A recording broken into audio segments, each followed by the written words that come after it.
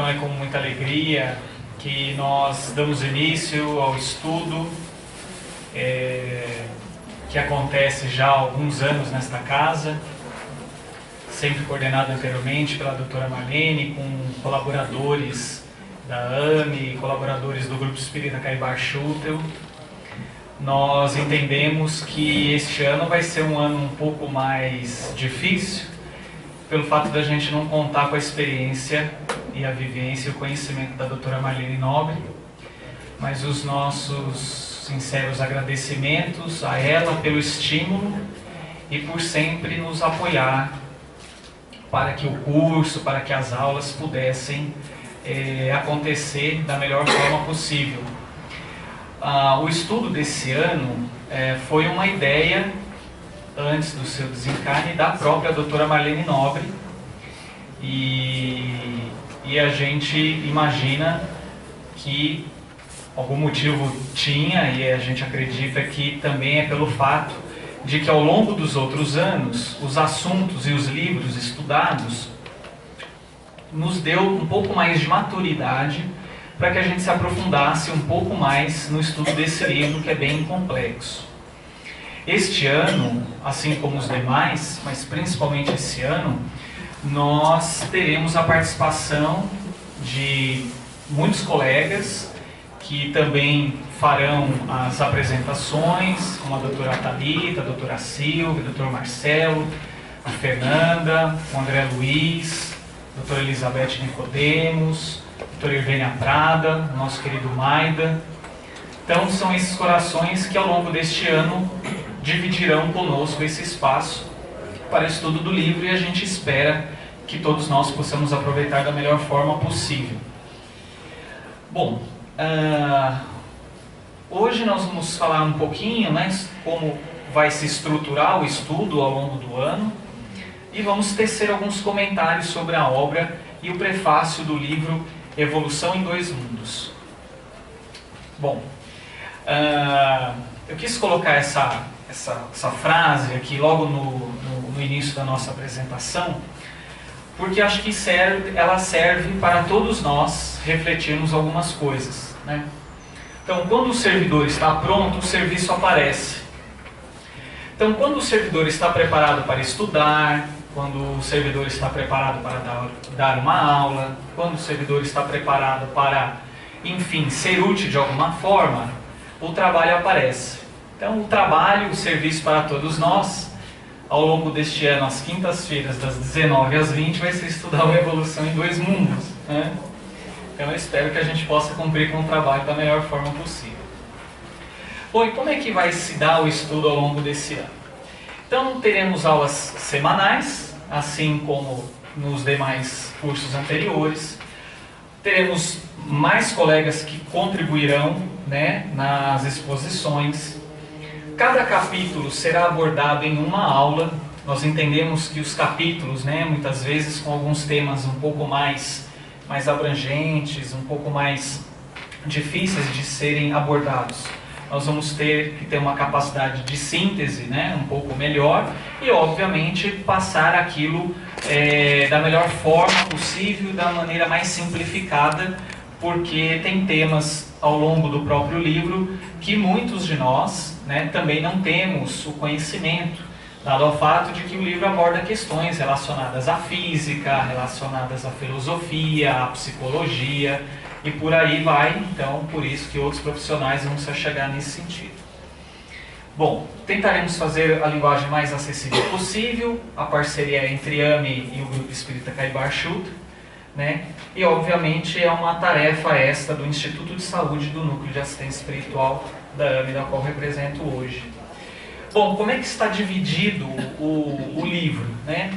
Então, se vocês pegarem um livro, vocês vão ver que nós temos a primeira parte e a segunda parte do livro. Muitos são os temas que o livro contempla, né?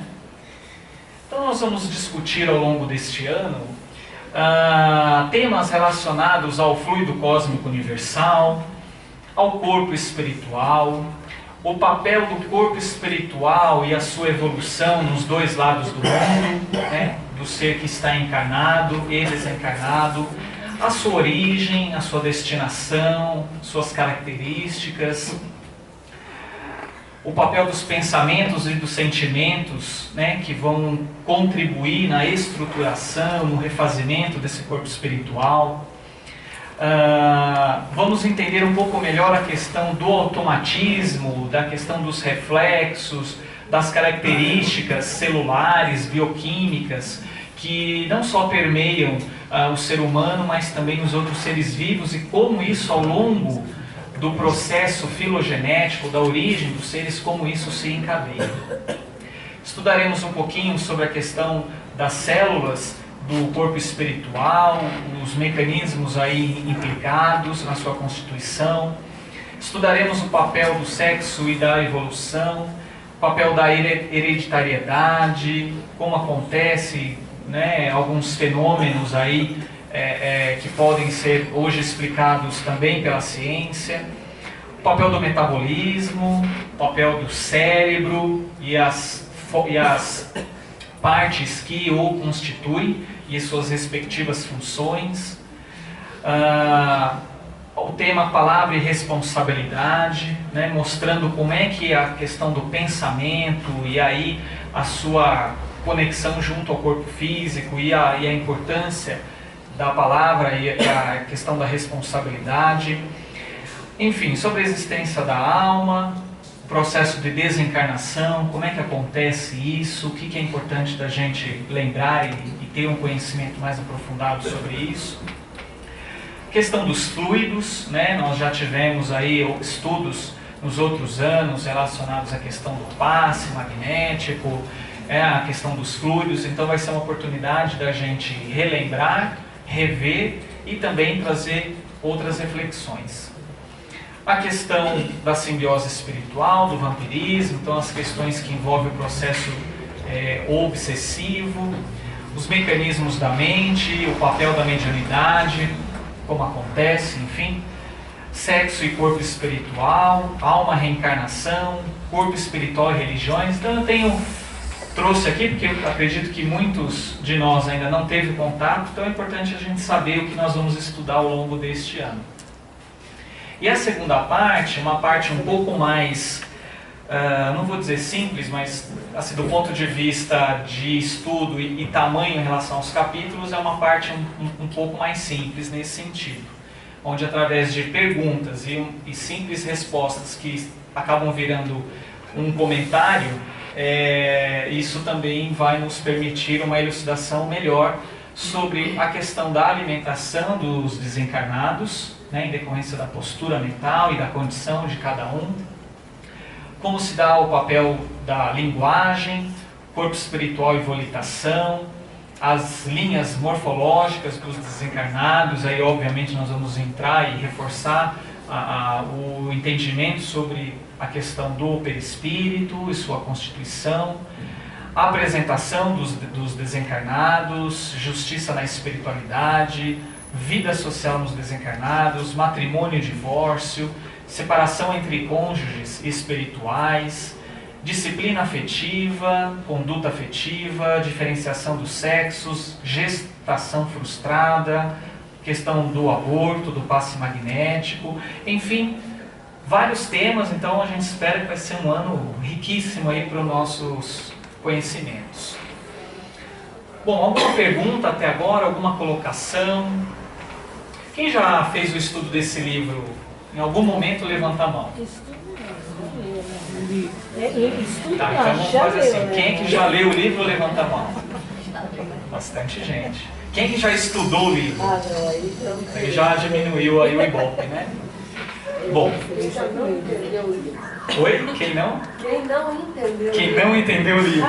Isso. Muito bem. A gente espera facilitar um pouquinho a compreensão. Bom, na introdução do livro, Evolução em Dois Mundos, é importante destacar que esse livro, na verdade, ele foi, vamos voltar aqui, o livro foi resultado da psicografia do Chico Xavier e do Valdo Vieira, né? Mensagens dadas através do espírito de André Luiz, e esses dois médiuns receberam mediunicamente em 1958, o livro Evolução em Dois Mundos, né? O Chico Xavier, ele recebia os capítulos ímpares, né, aos domingos na cidade de Pedro Leopoldo, em Minas Gerais. E o Valdo Vieira estava numa outra localidade, que na época era a cidade de Uberaba, e ele recebia essas comunicações, essas mensagens, que foram as mensagens pares do livro, às quartas-feiras, né? Então isso já chama atenção, quer dizer, são informações de médiuns diferentes que se complementam, e mostra, na verdade, inclusive há um comentário sobre isso, de que era preciso que, a partir da bagagem que cada um trazia, isso era importante para que a comunicação se desse ou acontecesse da melhor forma possível, pelas informações que esses médiuns também traziam, né, do ponto de vista espiritual e da sua bagagem. Bom, sobre os assuntos tratados nesse livro, é interessante destacar o seguinte, né, inclusive o próprio Emmanuel, né, que coloca esses comentários no início do livro, de que o André Luiz, ele não se ateve somente a trazer informações sobre o corpo espiritual, ou perispírito, ou psicossoma, sobre sua natureza, sua constituição, sua fisiologia, sua evolução, suas relações com o corpo físico e sua situação em relação aos outros animais. Não foi bem isso que André Luiz quis trazer, embora ele os trouxe. André Luiz chama a atenção, principalmente, para as questões das harmonias ou desarmonias que podem surgir no corpo espiritual, no perispírito, dependendo do tipo de vida que o espírito leva em sua caminhada evolutiva. Portanto, meus caros, a gente precisa entender o estudo desse livro como uma oportunidade de autoevangelização. Olha só que bacana, né? Por quê? Porque nós vamos ter conhecimentos que, na verdade, vão nos chamar a atenção sobre a importância, por exemplo, da renovação dos nossos pensamentos, de entender um pouco melhor a questão da lei de causa e efeito nas chamadas desarmonias, ou como nós podemos utilizar essas diretivas para a busca do nosso melhoramento. Então isso tem tudo a ver com o autoconhecimento, com a autoevangelização. Então o estudo desse livro, ele nos convida a isso, né? Bom, algumas dificuldades todos nós teremos, tanto aqueles que falam aqui na frente, quanto vocês que vão estar estudando junto conosco. Então a própria natureza do assunto, né? Tem muitos temas que a gente não tem a menor ideia por onde começar, de onde aquilo é tirado, né? Muitos de nós com formações diferentes, né? Do ponto de vista profissional, enfim. Então, obviamente, por isso a gente procurou agregar outras pessoas ao longo do estudo. Bom, há uma variedade, uma outra dificuldade é a variedade muito grande de informações que acabam por englobar praticamente todas as áreas do conhecimento. Então, aqueles diversos assuntos que eu comentei anteriormente. Ele é escrito com o emprego de períodos nos parágrafos, em cada capítulo, muito grandes, que dificultam o entendimento, como foi comentado aqui, e também fica um pouco cansativo. Então, portanto, aqueles que forem apresentar, ou quando nós formos estudar o livro, realmente é um livro que a gente tem que ter atenção. Às vezes a gente vai reter aquilo que é mais importante, vai ter coisas que a gente não vai conseguir nesse momento talvez explicar, mas acredito que isso vai ser bastante importante para todos nós. E obviamente o que é também nos colocado é a questão dos conceitos de vida e inteligência, né? Principalmente a questão da própria inteligência, o papel da mente, enfim, são coisas que nós temos muitas vezes dificuldade no ponto de vista de definição e de compreensão como isso acontece. E aí eu queria dar um exemplo aqui para vocês, na verdade, onde nós vamos nos utilizar até como fonte bibliográfica, fiquei sabendo que, na verdade, esse livro já está esgotado há algum tempo, né? Então acredito que vai ser difícil a aquisição do mesmo. Mas é um estudo que foi feito pelo Dr. Paulo Berzotti. Ele é neuropediatra e psicólogo, atua hoje em Campinas, mora em Campinas. E ele, junto com outros colegas, eles fizeram um estudo lá pela época de 1987, né? Há mais de 20 anos aí. E acabou resultando no Boletim Médico Espírita número 5, né? Foi o ciclo de estudos sobre a obra Evolução em Dois Mundos. Isso foi bem interessante da gente ter esse acesso. Depois eu vou passar para os demais colegas que vão apresentar, né, para que possam utilizar também. Ele, na introdução do seu livro, ele destaca, né, que ele também procura fazer um posicionamento em relação a alguns temas, em especial em relação à questão da própria inteligência, a partir de uma visão trazida pelo Jean Piaget, que era um psicólogo suíço, né? Os pediatras e aqueles que também, cursaram a psicologia ou a medicina, já tiveram algum contato. E ele, de certa forma, foi um dos precursores em relação ao estudo do desenvolvimento cognitivo, principalmente na infância. Então, ele é um dos teóricos que trazem esses elementos para esse estudo. E ele foi o fundador da chamada epistemologia genética, ou teoria do conhecimento, cujo enfoque biológico, e ele procurou dar um enfoque biológico à conceituação de inteligência, com base no estudo da gênese psicológica do pensamento humano. E é bem interessante o pensamento dele, porque para Piaget o conhecimento é gerado através de uma interação do sujeito, da pessoa, com o seu meio onde vive, né, o meio ambiente, a criação, os fatores ambientais aos quais ele sofre interferência, e a partir de estruturas existentes no sujeito, mas ele dá ênfase maior e ele pensa que essas estruturas existentes no sujeito teriam uma preponderância maior no desenvolvimento da inteligência, do desenvolvimento cognitivo do ser humano. Assim sendo, a aquisição de conhecimentos depende tanto das estruturas cognitivas do sujeito, como de sua relação com os objetos. Então, isso vai ser interessante porque ao longo do estudo do livro nós vamos começar a entender um pouco melhor como é que se dá o desenvolvimento cognitivo, como é que se dá o raciocínio, né? E as conclusões por conseguinte. Então, a aquisição de conhecimento só ocorre mediante a consolidação das estruturas de pensamento. Então, é a partir daquilo que nós vamos adquirindo e vivenciando é que nós vamos consolidando e, por conseguinte, se adaptando na vida presente ou naquele momento da nossa fase da vida.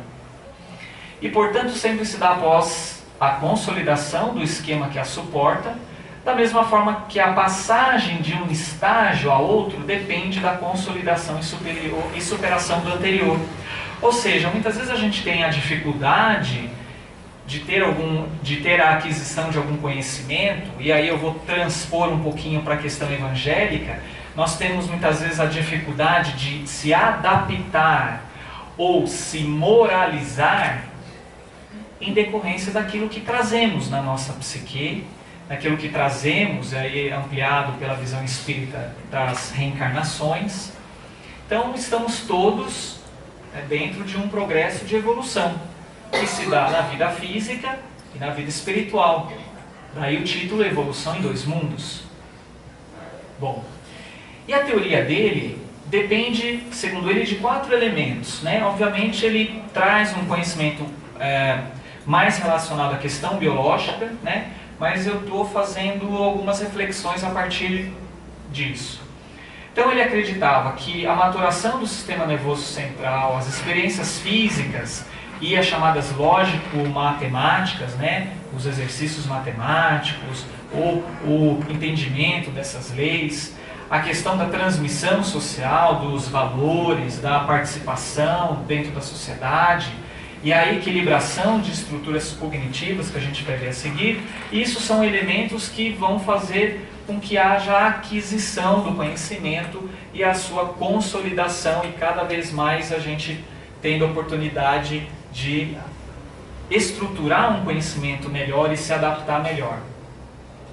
Então ele dizia assim que, e por que eu coloquei isso? Porque o livro vai tratar de alguns aspectos, obviamente mais específicos, mas que permeia, né, esse raciocínio dele, na visão do Dr. Paulo. Então, os processos biológicos de morfogênese e adaptação ao meio onde nós estamos é a base para a estrutura anatômica e morfológica do organismo. Ou seja, existem questões aqui bioquímicas, né, de neurotransmissores, de substâncias, de neurônios, etc. tal, que vão determinar, que são a base para o conhecimento da estrutura anatômica do ser, do seu funcionamento, inclusive dos corpos sutis. Então, para que a gente possa entender situações mais complexas, a gente precisa ter alguma base. Concorda? Muito bem. E os sistemas de reflexos, por conseguinte, estão associados ou dependentes dessa base aqui. Por exemplo, quando a criança tem aquele reflexo de preensão, né, principalmente nos primeiros meses de vida, a gente encosta a mãozinha na palma da mão, a criança tem um reflexo apertar, não é isso? Ou o reflexo de sucção, né, você encosta a mãozinha e ele já busca, né, a sua mão. Então, são sistemas ditos reflexos que demandam um conhecimento da estrutura anatômica, da boca, da questão do cérebro, das células, né, para que a gente possa compreender melhor. Assim como também os hábitos e as associações que permitem recombinar os hábitos entre si, quer dizer, que entra numa repetição, que entra num mecanismo, né, jamais de aderência àquele hábito, obviamente também vai depender de todos esses fatores aqui. E todos eles vão servir de base para o entendimento e o desenvolvimento da inteligência prática ou sensório-motora, que por conseguinte vão também servir de base para a inteligência verbal ou refletida que se apoia, né? Então, isso aqui ao longo do desenvolvimento do ser humano, do ponto de vista da encarnação, há uma sequência, segundo Piaget, e a importância de se conhecer cada elemento e cada parte, né, desse desenvolvimento.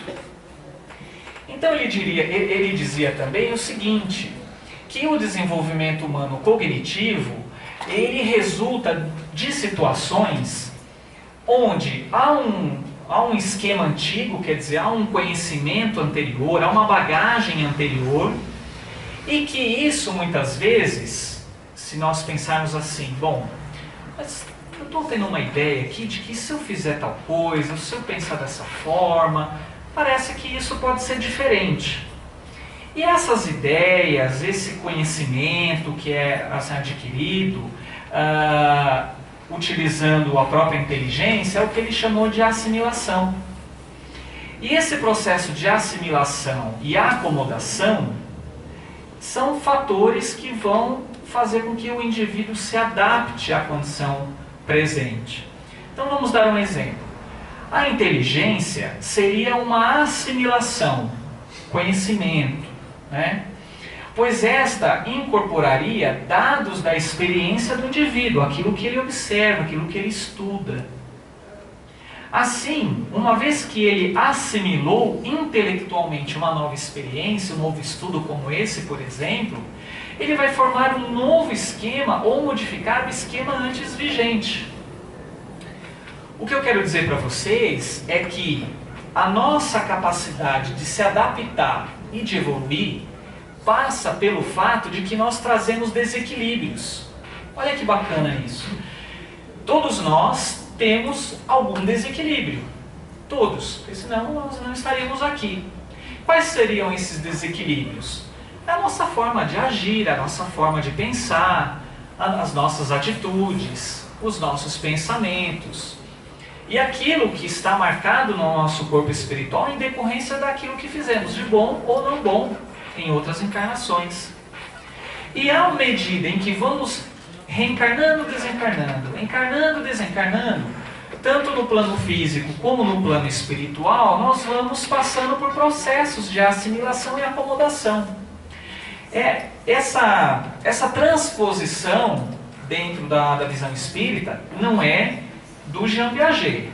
Eu estou partindo de um elemento sugerido pelo Dr. Paulo no livro para que a gente possa refletir junto sobre a importância desse entendimento de que vai ser através da assimilação ou de acomodação, e aqui a acomodação pode ser entendida na medida, né, em que o ser humano compreende o novo conhecimento e dele se apropria, passando a considerar aquilo como normal. Quer dizer, você se adapta, entra num certo equilíbrio. Então, obviamente, esse processo em nossas vidas, em nossas existências, isso está acontecendo frequentemente. Por isso que dizemos que com a desintegração do corpo físico e a sobrevivência do espírito, tudo vai continuar dependendo de como nós nos adaptamos na vida presente, dos valores que temos, daquilo que realizamos no bem ou no não bem. Bom, e também na introdução do livro, o autor espiritual, no caso André Luiz, e não é por acaso que isso é destacado no início do livro, ele deixa alguns conceitos de Allan Kardec.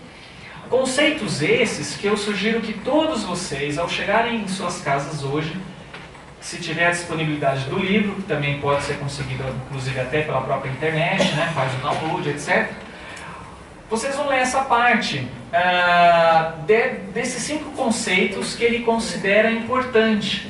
E na verdade são conceitos que vão nos auxiliar para que a gente entenda e estude o livro.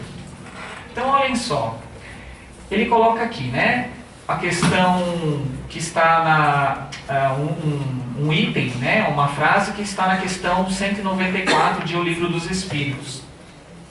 A marcha dos espíritos é progressiva, jamais retrógrada. A gente nunca volta atrás na questão do conhecimento, na questão dos valores, daquilo que nós conseguimos aprender enquanto espíritos, né? Há sempre um processo de evolução. No conhecimento do perispírito está a chave de inúmeros problemas até hoje insolúveis. Seja do ponto de vista da saúde, físico, mental, seja do ponto de vista da estruturação da sociedade, ou como o indivíduo se insere, enfim, várias outras reflexões nós podemos tirar a partir do estudo do perispírito. Processo de mediunidade e por aí afora, né? Questão do desencarne. O Espiritismo, isso está em O Livro dos Médiuns. Veja que cada parte, cada citação está em um livro do Pentateuco. Isso também é uma coisa que chama a atenção, né? Ou seja, ele quis mostrar que em todas as obras de Kardec há conceitos que são importantes e que nos auxiliarão no estudo do livro, né? E que o livro, de certa forma, também vai trazer um maior esclarecimento sobre eles. O Espiritismo mostra que a vida terrestre não passa de um elo harmonioso e magnífico conjunto da obra do Criador. De que acima de nós há um Deus bom, um Deus justo, um Deus misericordioso, o arquiteto maior do nosso universo. No intervalo das existências humanas, o espírito torna a entrar no mundo espiritual, onde é feliz ou desventurado segundo o bem ou mal que fez. Olha a lei de ação e reação aí. Olha como isso pode influenciar o próprio perispírito, que por conseguinte é influenciado pela questão da mente, dos pensamentos, né? E aí por fim ele cita um trecho do capítulo 1, no item 16 da Gênesis, o Espiritismo e a ciência se completam reciprocamente.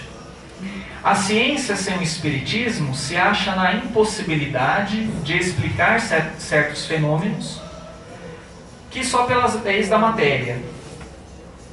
Ao Espiritismo, sem a ciência, faltaria um apoio e comprovação. Então é importante essa aliança entre Espiritismo e ciência. E cada vez mais, e esse é um dos papéis que as AMES cumprem, é de procurar utilizar-se da ciência na investigação dos assuntos que o Espiritismo nos revela, bem como também é uma oportunidade para que a gente possa trazer algumas reflexões para o nosso processo de autoevangelização e de renovação íntima, né, que é o objetivo primordial. Então Emmanuel também faz uma anotação dirigida aos leitores, né? Então, ele diz que, em relação ao perispírito, o André Luiz não se propõe traçar esse ou aquele estudo mais aprofundado, como dissemos anteriormente, fazendo a discriminação dos princípios que o estruturam, com o fim de equacionar, debatindo os problemas da filosofia e da religião. Ele não veio dizer, olha, isso é assim, isso é assado e pronto, acabou. Muito pelo contrário. Também é preciso entender que essa questão do estudo do perispírito ou da sua denominação não se origina com a doutrina espírita, né? No Egito, por exemplo, no Egito Antigo, o perispírito era o Ka para os sacerdotes da época, né? Era a denominação.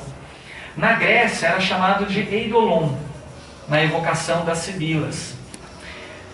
O Paracelso designava como corpo sidéreo, e não faz muito tempo foi nomeado como Somote nas investigações de Baraduc. Então, são exemplos, né, que ele trouxe de que essa questão do estudo do perispírito não é nada novo. Paulo de Tarso chamava como corpo espiritual, como todos nós sabemos. André Luiz, porém, busca apenas acordar, isso é Emmanuel falando, busca apenas acordar em nós a noção da imortalidade, principalmente destacando-a aos companheiros encarnados, qual forma viva da própria criatura humana, presidindo, com a orientação da mente, o dinamismo do casulo celular, em que o espírito, viajor da eternidade, através das reencarnações e da ocupação e da habitação de diversos mundos, se demora por algum tempo na face da Terra, em trabalho evolutivo, quando não seja no duro labor da própria regeneração, né? na restituição dos seus débitos. E assim procedeu, acima de tudo, para salientar que, atingindo a maioridade moral pelo raciocínio, cabe a nós mesmos aprimorar-lhe as manifestações e enriquecer-lhe os atributos, porque todos os nossos sentimentos e pensamentos, palavras e obras nele se refletem, gerando consequências felizes ou infelizes, pelas quais entramos na intimidade da luz ou da sombra, da alegria ou do sofrimento. Então veja que, mais do que o conhecimento técnico em si, do perispírito, é essa reflexão que comentamos anteriormente. É a partir do conhecimento que nós temos, o que nós tiramos de proveito disso para trabalhar e melhorar a nossa moralidade, as nossas atitudes, a nossa maneira de agir, de se relacionar com o outro, de trabalhar sentimentos como o amor, como o perdão, como a paciência, para que realmente nós possamos ser artífices, construtores do nosso destino, mas de uma maneira um pouco mais adequada, um pouco mais evangélica, com um pouco mais de caridade, que foi o alerta que Cristo nos deixou há mais de 2000 anos. E não só através dele, mas de inúmeros profetas, né, de inúmeros espíritos que vieram trazer as mensagens de acordo com a evolução do povo em cada época da humanidade. E ele conclui, apreciando-lhe a evolução, nosso amigo simplesmente esclarece que o homem não está sentenciado ao pó da terra e que da imobilidade do sepulcro se reerguerá para o movimento triunfante, transportando consigo o céu ou o inferno que plasmou em si mesmo. Um texto na introdução, no início do livro, que traz muitas reflexões e um convite a todos nós para que possamos nos esforçar para o nosso melhoramento, para a nossa renovação espiritual. E ainda ele fala mais um pouquinho que o espírito responsável, renascendo no arcabouço das células físicas, é mergulhado na carne, assim qual a imagem na câmara escura de uma máquina fotográfica, recolhendo por seus atos nessa posição negativa, parte negativa, do filme, todas as características que lhe expressarão a figura exata, no banho de reações químicas efetuados pela morte, de que extrai a soma de experiências para a sua apresentação positiva na realidade maior. Então aqui, ali a luz está ofuscando, mas isso daqui é um negativo, Faz tempo que muitos de nós não vemos isso, nos tempos modernos de hoje, Uma coisa que a gente pegava, abria aquela fita enorme, Ficava olhando assim na luz, Então, a gente poderia fazer uma breve comparação, como se esse negativo aqui, ele fosse, por exemplo, a nossa vivência no corpo físico, onde nós deixamos as nossas marcas, temos os nossos registros imperfeitos, E, obviamente, a nossa passagem para o mundo espiritual nos dará a condição, obviamente, de enxergarmos a situação, ou a nós mesmos, e as nossas atitudes e as nossas ações, de uma maneira um pouco melhor. E a pergunta que deve ser feita por nós é: como é que nós vamos enxergar tudo isso depois? Como é que nós vamos enxergar as nossas vidas? Como é que nós vamos enxergar a nossa postura? Que tipo de valor, que tipo de sentimento que permeia o meu dia a dia? Como é que anda o meu sentimento de ligação com Deus? Sentimento de gratidão? Como é que está o meu enfrentamento frente às situações de dificuldade, os percalços que eu vivencio ao longo dos dias? São questões para todos nós refletirmos. E aí, ele ainda coloca, ele cita o apóstolo Paulo no versículo 44, no capítulo 15, na sua primeira epístola aos Coríntios, que Paulo deixou bem claro, semeia-se corpo animal, ressuscitará corpo espiritual. Se há corpo animal, em diversos segmentos, na escala filogenética, há também o corpo espiritual. Então, o desenvolvimento do perispírito, ele se dá dos dois lados. Enquanto o ser está desse lado da vida ou do outro lado. E assim como também ele vai se desenvolvendo ao longo também dos outros seres e de outras escalas da vida, passando pelos minerais, vegetais e por aí vai. Bom, o verbo semear então nos dá a ideia da evolução filogenética do ser e dentro dela o corpo físico e o corpo espiritual como veículos da mente em sua peregrinação ascensional para Deus. Então Paulo já nos trouxe uma reflexão disso há muito tempo. E é para semelhante verdade, conclui Emmanuel, que André Luiz nos convida à atenção, a fim de que por nossa conduta reta de hoje possamos encontrar a felicidade pura e sublime ao sol de amanhã. Bom, eu gostaria de ler, acredito que se eu colocasse algumas palavras ou alguns temas, ou alguns trechos. Eu acho que o raciocínio, a ideia e a vibração daquilo que foi exposto pelo André Luiz como nota ao leitor ficaria prejudicado. Então, como temos alguns bons minutos, eu vou ler para que todos possam refletir um pouquinho sobre as palavras dele. Essa nota ao leitor se deu através de uma psicografia em Uberaba, né, então através do Valdo Vieira, em 23 de julho de 1958.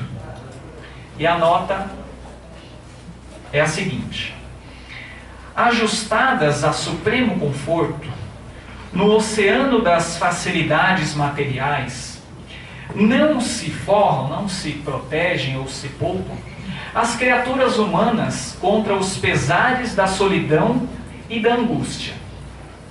E aí eu coloquei uma figura aqui, porque ele vai utilizar a figura do navio, a figura do mar, para trazer algumas reflexões. Nesse navio prodigioso, a que chamamos civilização, estruturado em largueza de conhecimento e primor de técnica, de estrutura, de conhecimento, né, de desenvolvimento, instalam-se os homens. Então, fazemos parte da civilização, estamos lá no navio, demandando o porto que já alcançamos pelo impulso da morte. O porto é a vida espiritual. Contudo, isso não impede que regressemos ao bojo da nave, imponente para alertar o ânimo dos viajores, nossos irmãos, com passaporte imprescritível para o mesmo país da verdade, que é o mundo espiritual. Então, os espíritos vindo do mundo espiritual, junto à civilização, ao navio, né? Já que vai ser o destino de todos nós.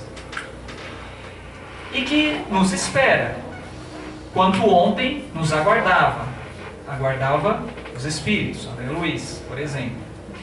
E voltamos porque a suntuosidade da embarcação não está livre do nevoeiro da ignorância, a lhe facilitar a incursão entre os rochedos do crime, nem segura contra a violência das tempestades que lhe convulsionam a organização e ameaçam a estrutura.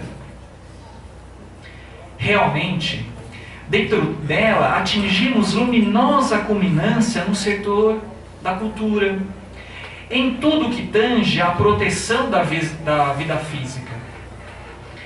Sabemos equilibrar a circulação do sangue para garantir a segurança do ciclo cardíaco, do trabalho cardíaco, mas ignoramos como libertar o coração do cárcere de sombras em que jaz, em que permanece, muitas vezes mergulhado na poça das lágrimas, das tristezas, quando não seja algemado aos monstros da delinquência, dos atos não bons. Identificamos a neurite óptica, que é uma doença do nervo ocular, com a eliminação progressiva dos campos visuais. Então, a neurite pode causar alterações visuais. E medicamos-la com a vantagem possível na preservação dos olhos, para que continuemos enxergando. Entretanto, desconhecemos como arrancar a visão às trevas do espírito, nossa ignorância. Ofertamos braços e pernas artificiais aos mutilados. Contudo, somos francamente incapazes de remediar as lesões do sentimento. Interferimos com vasta margem de êxito nos processos patológicos das células nervosas, auscultando as deficiências de vitaminas e enzimas, que ocasionam a diminuição da taxa metabólica do cérebro. Todavia, estamos inabilitados a qualquer anulação das síndromes espirituais, da aflição e do desespero, que agravam a psicastenia e a loucura. Achamo-nos convictos de que a hidrocefalia congênita provém da acumulação indébita do líquido cefalorraquiano. impondo dilatação no espaço por ele ocupado na província intracraniana, no cérebro. No entanto, não percebemos a causa fundamental que a provoca. Ainda assim, não voltamos para confabular com aqueles que se sintam acomodados ao desequilíbrio. Quer dizer, a mensagem dele não é para aqueles que acham que talvez isso não sirva para nada, que não vem a possibilidade de um melhoramento, de uma renovação íntima. Não é para eles que esse livro, esse estudo se destina. Retornamos à convivência dos que contemplam o horizonte entre a inquietação e a fadiga, perguntando em pranto sobre o fim da viagem. De espírito voltado para eles, os torturados do coração e da inteligência, aspiramos a escrever um livro simples sobre a evolução da alma nos dois planos, interligados no berço e no túmulo, nos quais se nos entretece a senda para Deus. Notas em que o despretensioso médico desencarnado que somos, está falando dele, tomando para alicerce de suas observações o material básico já conquistado pela própria ciência terrestre, material por vezes colhido em obras de respeitáveis estudiosos, pudesse algo dizer do corpo espiritual, em cujas células sutis a nossa própria vontade situa as causas de nosso destino sobre a Terra. Páginas em que conseguíssemos aliar o conceito rígido da ciência, compreensivelmente armada contra todas as afirmações que não possa esposar pela experimentação fria, e a mensagem consoladora do Evangelho de Jesus Cristo de que o Espiritismo contemporâneo se faz o mais alto representante na atualidade do mundo.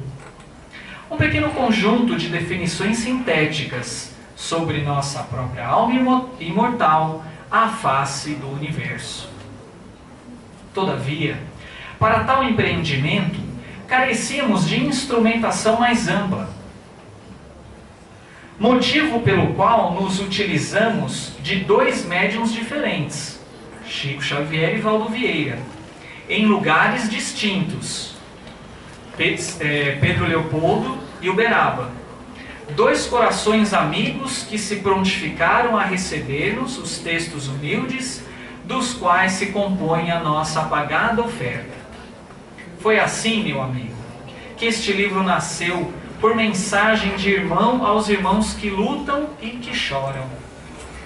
Se não sentes o frio da noite sobre o revolto mar das provações humanas, entorpecido na ilusão que te faz escarnecer da própria verdade, nossa lembrança em tuas mãos traz errado endereço.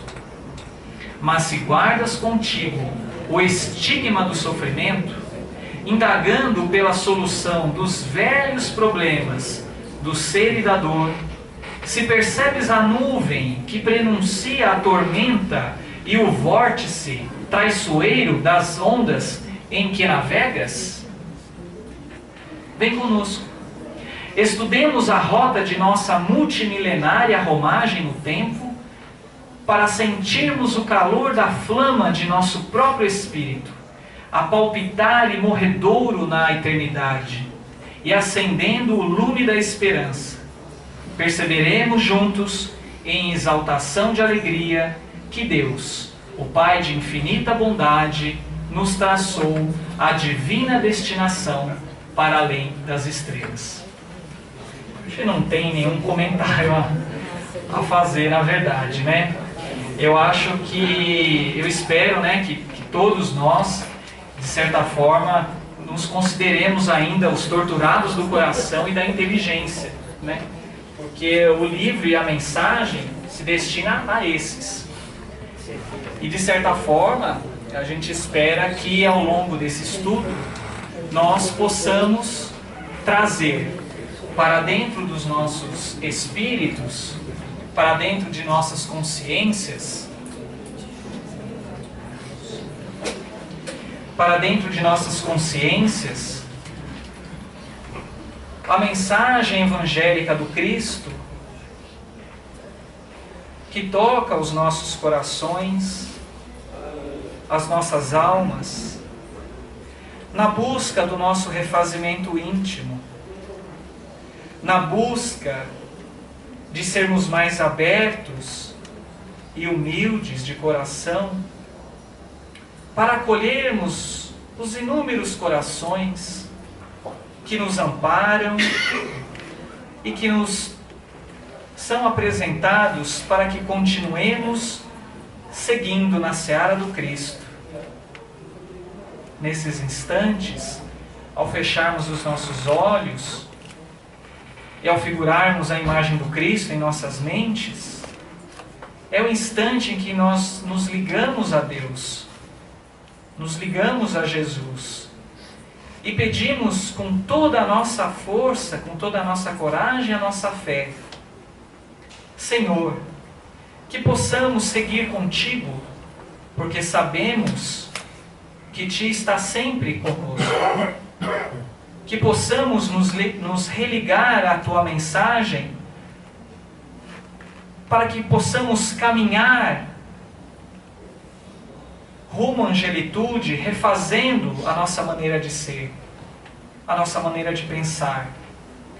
Que possamos sim navegar nas águas tranquilas, mas também que possamos encontrar nas tempestades, nos dissabores e nas adversidades, grandes oportunidades de aprendizado e de serviço, Senhor. Tu, que encarnaste simples numa manjedoura, que tivestes as situações no campo físico mais apequenadas, mostrou para nós, através da grandeza do Teu Espírito, o quanto todos nós podemos ser luzes nesta humanidade que caminha neste navio chamado civilização planetária, que não envolve somente nós, seres encarnados, mas aqueles também que já passaram para o outro lado da vida. E é dessa forma, Senhor, que unimos os nossos pensamentos a Ti e pedimos a força, a coragem e a fé, para que sigamos nessa trajetória de amor e de renovação. Que Jesus nos abençoe, hoje, agora e sempre. Só um minutinho, pessoal. 3 avisos. Primeiro, não haverá trabalho sábado. Segundo, almoço na creche, dia 12. Primeiro almoço sem a presença física da doutora Marlene. R$25 com direito a um refrigerante. O prato principal é frango ao molho madeira, farofa, aí 8 tipos de salada, os doces, inclusive diets, o bazar do Clube de Mães, o bingo, e eu não sei se vai haver venda de livros, mas se tiver, haverá, tá certo? E o terceiro aviso: quem puder contribuir para a campanha do leite em pó, não precisa ser das marcas líderes, tá? Saquinhos de 200 ou 400 gramas, desde que seja integral, tá bom? Vamos trabalhar. E boa Páscoa a todos.